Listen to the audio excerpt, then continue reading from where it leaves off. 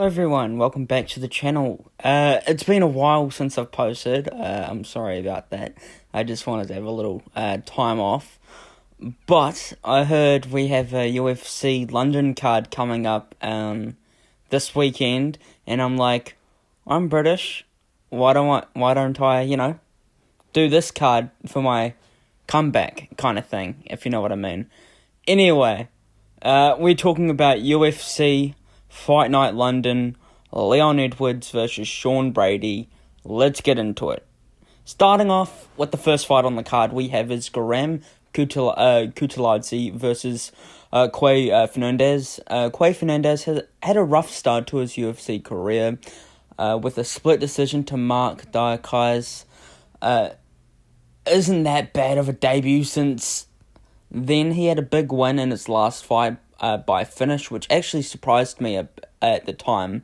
But I mean, it was Muhammad Yahya. He got a really nasty finish in the first round. He's a really good finisher.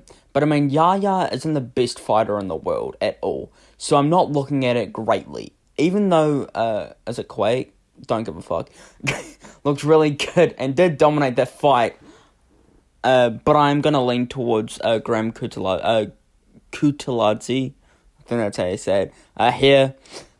He's just a better fighter overall. His recent loss to Elvis Brenner hasn't aged the best, but when you consider he was just beating him up majority of that fight, and Brenner just sort of just dogged out. He eventually hurt him.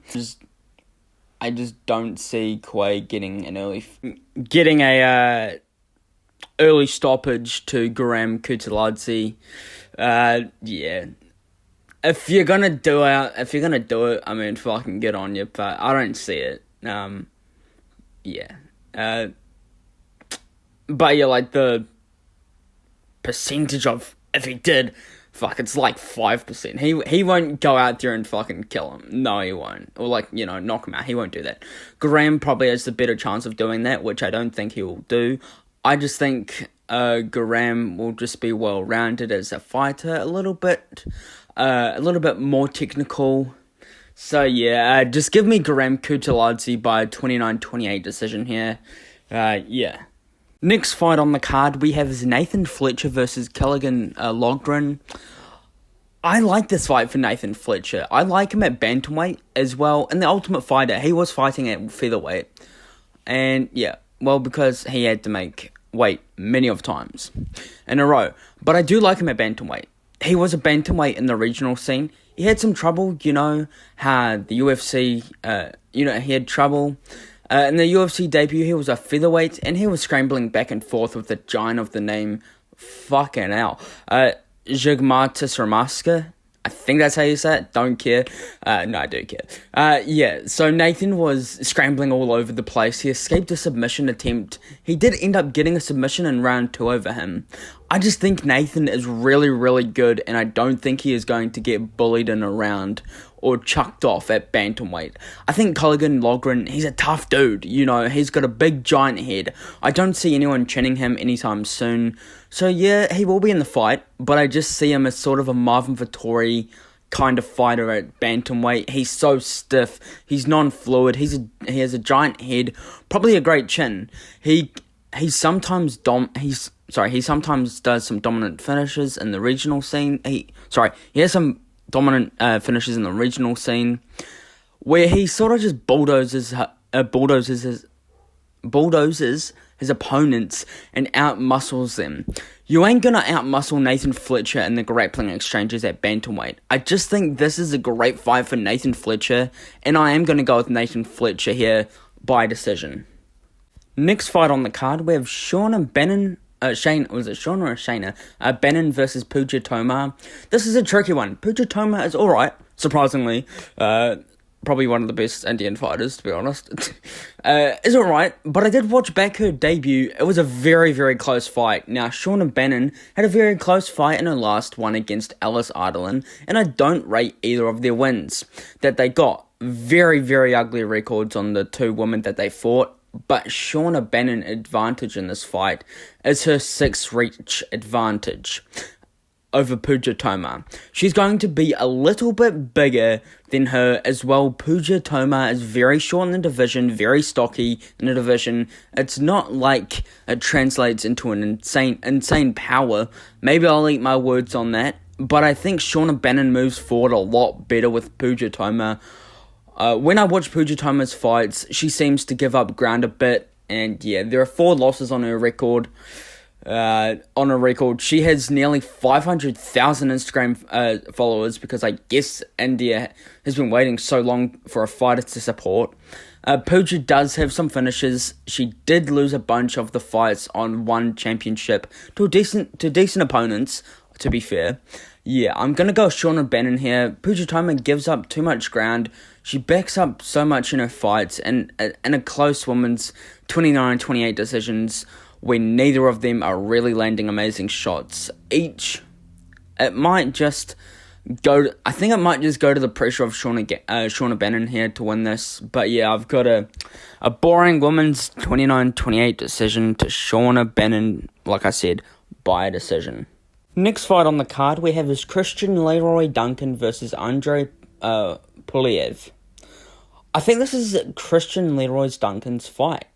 Now, Andrei Puliev is good. I watched his fight on the Contender Series. Nasty body kicks. He's well trained. He has really good slick moves at middleweight. He's got options. He's a little dynamic himself. I think he's a little bit too manipulatable. And I think Christian Leroy Duncan is a little too powerful for him. I think that will be the difference here. A little bit of a snap and shot difference between the two.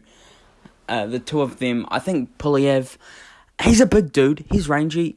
He's 6'4" at middleweight, 78.5-inch reach. He's built for it. He seems a little frail in his build, in his frame. He's not dense. Christian Leroy Duncan's got a big head. He's dense. It's not just lean muscle mass on him. Like, he is actually bone dense. But yeah, I do think Christian Leroy Duncan is probably going to put him away. I think the first round he will have probably Puliev on the back foot, worried, pushed him up against the cage, beating him up there for a little bit. And then round 2, Puliev will just be a little bit too hesitant on the back foot, and we are going to see some opportunities opened up when Puliev's back hits the cage. And I'm going to go with Christian Leroy Duncan by a TKO in the second round. Yeah, that's my prediction. I think Christian Leroy Duncan will win by a second round TKO. Next fight on the card, we have Marcin Tybura versus Mick Parkin. You know what? Fuck it. Let's go with Mick Parkin. I believe he can get this one done. You want to know why? So many heavyweights just don't improve, and there is no slickness to him. And he's had some close ones, but I think he clearly beat Muhammad Usman. He knocked out Lucas Brzezinski. These aren't impressive, and Mick has good grappling. He's got good instincts. He can resort things as a heavyweight. We saw that against Caio Machado. He kept putting him down a bunch of times. Mick Parkin is a well-conditioned heavyweight that's well-rounded and doesn't look for a first-round finish, where everyone loses against Marcin Tybura. But I think Mick Parkin has got it in the bag. I think he is good enough. I think he's not going to overthrow and give up dominant position on the ground. He ticks up well. He gets to the knees. The thing that really has my prediction on Mick Parkin is because he doesn't go out there and find a finish in the first round. That is really what's pushing me towards Mick Parkin here. The reasoning is because basically everyone that fights Marcin Tybura, anyone you can think of, they tried to put him away in the first round, which it didn't work out for them because Marcin Tybura, finished them. And I just think Mick Parkin is a better fighter than that. He knows how the fuck to roll. And yeah, I got Mick Parkin here, and I'm going to go with Mick Parkin by a decision. Now on to our next fight, Lona Kavanagh versus Felipe Dos Santos. I think the hype level has really dropped for Lona Kavanagh from his last performance. It was a very close fight. He had the bigger moments, and he actually trains with Nathaniel Wood, who is also actually fighting on this card. Yeah.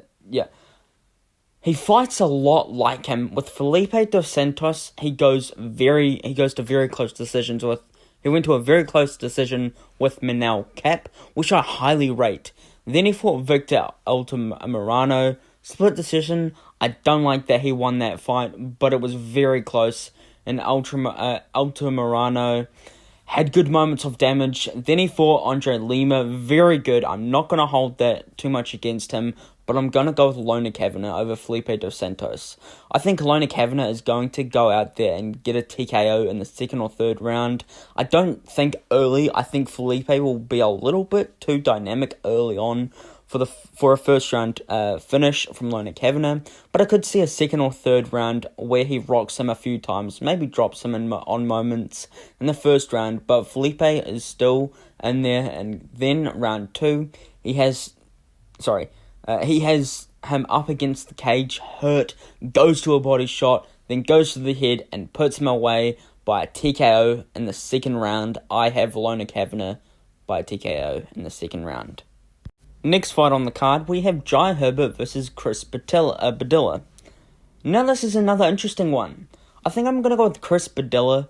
I think he has been counted out a little bit too many times for my thoughts. I just always wonder how many more close decisions Jai Herbert is going to get. I know he had the moment where he head kick dropped Elliot Poirier, and that's going to be a moment that will always be around because we have Elliot talking about moving up to 155, and when he did a short notice fight to Jai Herbert head kicked him and hurt him bad. Very tough fight for Elliot at lightweight, but by the way, 6'1", 77 inches in reach, insane reach in lightweight division, and Elliot is a pure striker and wants to knock you out. There will be a sway for Jai since they are in England. I just think eventually Jai's close decision wins are coming up to an end. So I do have Chris Padilla here by a KO in the second round. Jai Herbert, he's good. I'm not going to hate on him, but it's just the close decisions that he always gets. I'm like, come on, mate, you're better than this. You should do better. But yeah, no, I got Chris Padilla here by a KO in the second round. Yeah, that's my prediction.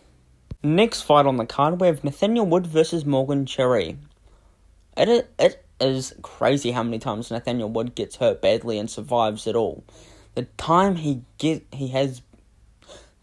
has good recovery, but he keeps on finding himself in bad situations. I do think Nathaniel Wood will win on the outside of the feet and disaster will strike. And I think Morgan Cherry will TKO Nathaniel Wood in the second round. It sucks to say that because I'm a big fan of Nathaniel Wood, but he just keeps putting himself in shit situations that really ruins his chances of winning here. It pisses me off that I have to say this. Nathaniel Wood, he just always goes in situations. I'm like, mate, come on, it's annoying. I would love Nathaniel Wood to win this fight. He's in his home country. It'd be amazing, but I just don't see it happening here, unfortunately. But yeah, I do have a Morgan Cherry by a TKO in the second round. Next fight on the card, we have Jordan Vucenic versus Chris Duncan. I'm going to go with Jordan Vucenic. Chris Duncan, I think he has over-delivered in his career on the Contender Series. Of all the people to go through to the Contender Series, I think he has lost his first time around on the Contender Series, and then they brought him back, and then he was kind of getting dusted up by Charlie Campbell, and then he eventually cracked Charlie Campbell, and then ruined his finish to get into the UFC.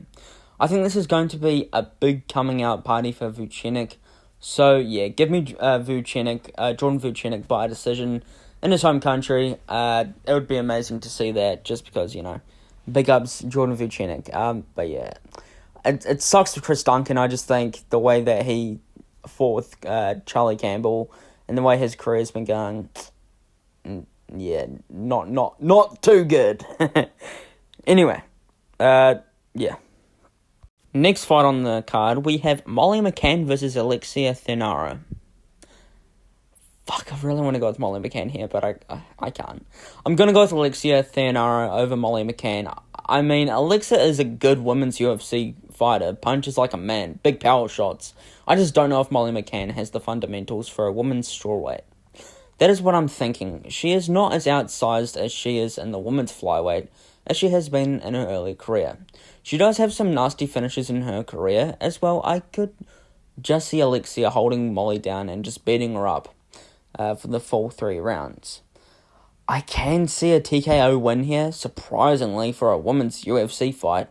But yeah, like, it sucks for Molly McCann, because I'd love her to get like a win in her home country. It would be amazing, but I just don't see it happening, unfortunately. So I have Alexia Thenaro by TKO in the 3rd round. I just think she'll just have Molly McCann on the ground the entire fight and just beat the shit out of her until, the ref calls it. That's what I just think. Next fight on the card, why the fuck is this fight on here? Kevin Holland versus Gunnar Nelson. This is a tricky one to predict. Of course, Holland is dynamic, as he is very athletically gifted. And what point do we really think he will actually give a shit about this fucking sport? Because literally, he was in middleweight for 3 fights, his last 3 fights, and back to welterweight to fight Gunnar. Like, it just feels like he just doesn't care. It just sounds like there is a plan to... It just doesn't sound like there is a plan to his career. It just seems to be like a show up, and if you win, you win. And if you lose, you lose. Who cares? Like, that is his career. It's fucking annoying. But yeah, Kevin Holland's career, like, we've been over this so many goddamn fucking times. It's so annoying. Literally, he got submitted by bloody Rene the Ryder literally like 2 months ago, and now he's back. What the fuck is he doing with his life? Like, I know you want to be like, I'm Kevin Holland, I'm fucking... Mate, you're 1-4 in your last 5 fights. You're shit now. Like, just stop. If you want to fight, actually give a shit about your career and actually fucking put up a fight. Don't just act like a bitch in this fight. Sorry. I'm not a fighter, I can't say much, but still, he seriously needs to if he wants to be in this sport, act like it. Like, fucking give a shit. And actually show up and fucking, I'm gonna win this. I'm gonna fucking do this. That's what I want out of Kevin Holland. If he wins this, I'll be happy.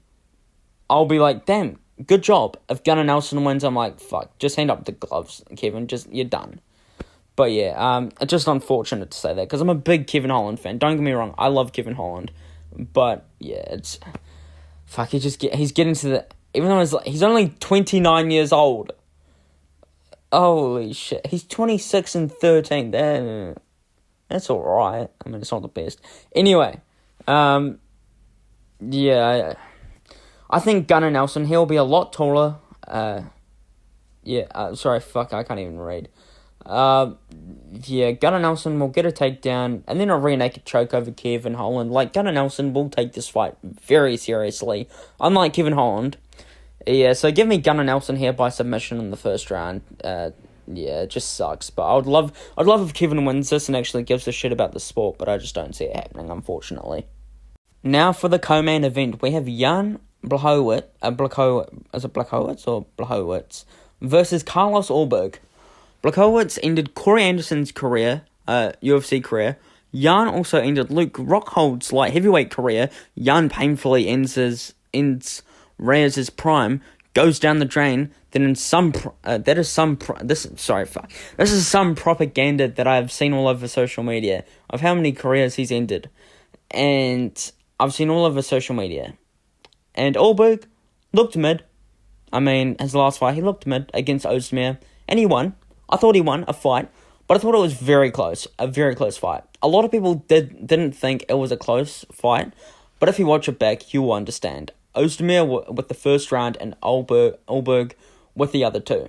I really like that this isn't a 5-rounder for Jan, because it will be more easier for him. I think Jan Blachowicz will beat Carlos Ulberg. I just haven't seen enough moments of brilliance from Allberg that will really, put me towards choosing Allberg. I just don't see that. But Jan Blachowicz is going to win, and we are going to see Yuri Prochazka versus Jan Blachowicz moving forward for a title shot against Magomed after the rematch with Alex Pereira. So yeah, just give me Jan Blachowicz by decision here. I would love Carlos Allberg to win just because he's a fellow New Zealander. So am I. That would be a nice win there, but I just don't see it happening, unfortunately. Now for the main event. Leon Edwards versus Sean Brady. I cannot wait for this fight because it's fucking awesome. Anyway, why the fuck is Leon Edwards the underdog in this fight? I know Brady looked good against Gilbert Burns. He looked really good. I think Burns might be done after the Michael Morales fight.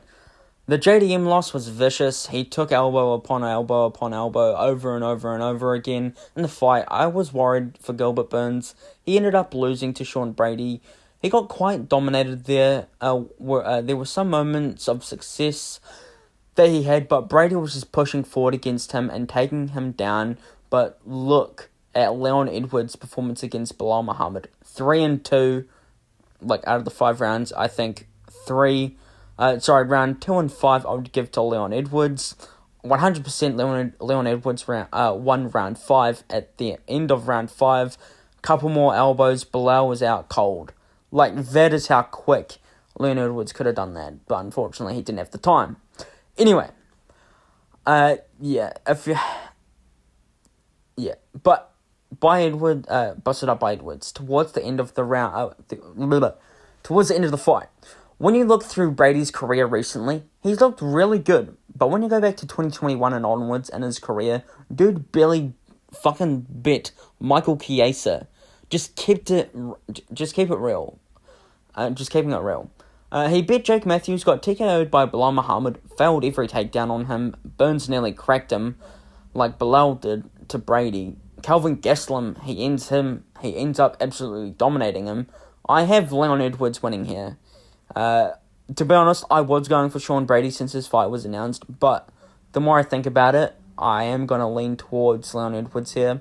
I think Leon Edwards is going to win here. I think he will control the distance. I don't think Brady will catch him with anything that doesn't look like it's coming. But yeah, Leon Edwards is going to as the pick. I think he needed that humbling by Bilal Muhammad to really grasp what what the fuck he's doing. And I do think he's fight ready. Getting into this fight. Sean Brady, it was a short notice fight, so it's a little bit harder for him. But yeah, I'm gonna go with Leon Edwards here. So yeah, just give me Leon Edwards by decision. And that is it. Still fucking confused why Leon Edwards is the underdog, but fucking welterweight champion. Well, used to be, sorry. And Sean Brady, has he ever been close to the welterweight title? Fuck if I know. Don't think he has. Anyway, that is it. I hope you enjoyed me predicting all the fights on the UFC Fight Night London. Leon Edwards versus Sean Brady. I hope you enjoyed it. Please subscribe to my channel. That would be a massive help. Thank you for watching. Take care. Goodbye.